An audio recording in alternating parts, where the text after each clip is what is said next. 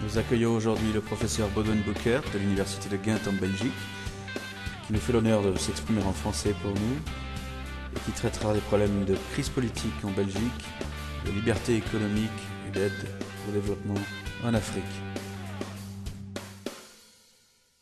Professeur Boeckert, pourriez-vous nous expliquer la situation de crise politique que connaît la Belgique actuellement? Bien, pour le moment, la Belgique n'arrive pas à être gouvernée.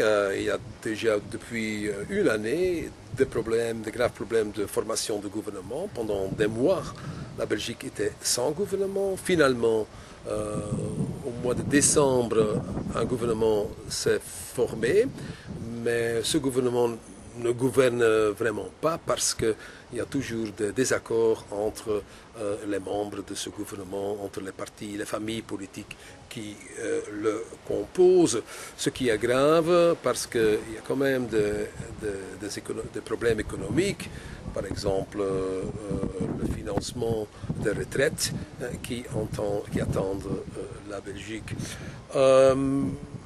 Les problèmes, selon moi, trouvent leur origine dans la politique différente qui a été menée dans le nord et le sud. Le sud, la Wallonie, la partie francophone, a mené une politique d'intervention économique de l'État, de subventions aux entreprises, d'un gonflement du secteur public, et 42% des emplois sont dans le secteur public, tandis qu'en Flandre ce n'est que 25%. Cette politique de subvention est largement financée par des impôts qui viennent du nord du pays.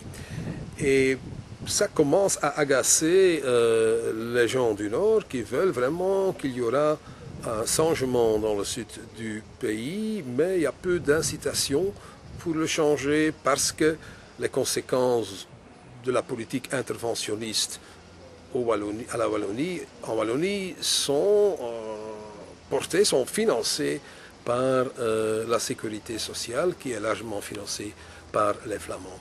Et s'il n'y aura pas de changement vraiment marqué, considérable dans cette situation, je suis sûr que le pays va se scinder.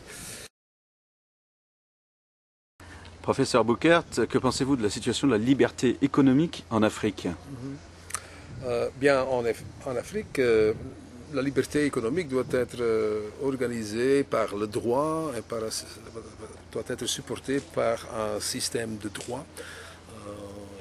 Le droit doit protéger la propriété, doit renforcer les contrats. Il y a la responsabilité civile.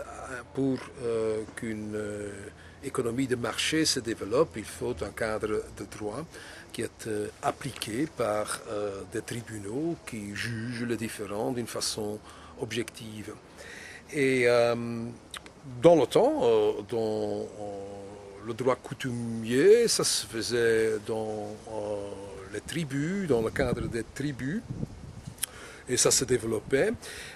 Mais avec la colonisation, ce cadre coutumier a été largement détruit et un état de droit type européen ne s'est pas vraiment installé parce que, en beaucoup de cas, les colonisateurs ont été suivis par des régimes qui sont inefficaces et dictatoriaux et qui sont corrupts. Et cela, naturellement, empêche, en beaucoup de cas, le développement d'un marché économique qui est vraiment supporté par des entrepreneurs africains eux-mêmes. En beaucoup de cas, le développement économique est dans les mains des entreprises qui ont été importées de l'extérieur, des anciens pays colonisateurs, et qui ont des privilèges du régime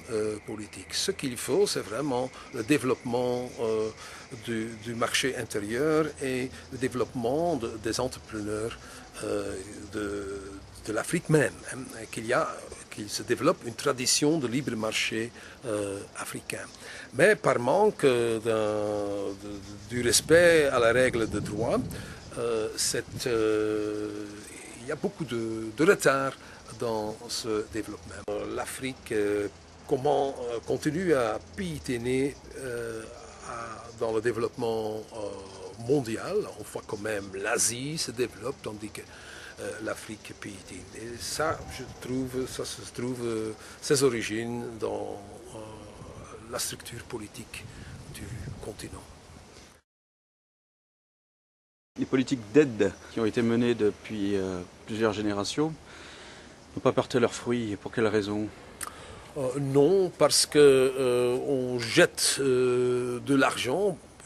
Naturellement, il y a des cas où ça a vraiment aidé, mais je pense dans la plupart des cas, c'est de l'argent gaspillé. On injecte beaucoup d'argent dans ces économies, mais cet argent trouve son chemin à travers des réseaux politiques et en beaucoup de cas, l'aide renforce encore la position des gouvernements qui sont pour le reste assez corrupts et empêchent le développement du pays. En plus, beaucoup d'aide est investie dans les villes, ce qui attire encore plus les gens de la campagne, qui ruine l'agriculture du pays. Et là, il y a une urbanisation sauvage qui est naturellement très grave pour la stabilité politique du pays. En plus, il y a la politique scandaleuse de l'Union européenne, de protectionnisme envers les produits agricoles de l'Afrique. Il fallait vraiment appliquer la règle du libre marché et permettre aux Africains d'importer leurs produits agricoles en Europe. Mais pour le moment, c'est l'inverse qui se fait. Les produits agricoles subventionnés de l'Europe sont jetés sur les marchés africains et ruinent les agriculteurs africains. Alors, il faut un changement politique en Afrique, mais il faut aussi un changement considérable dans la politique commerciale entre les pays dits développés et le continent africain.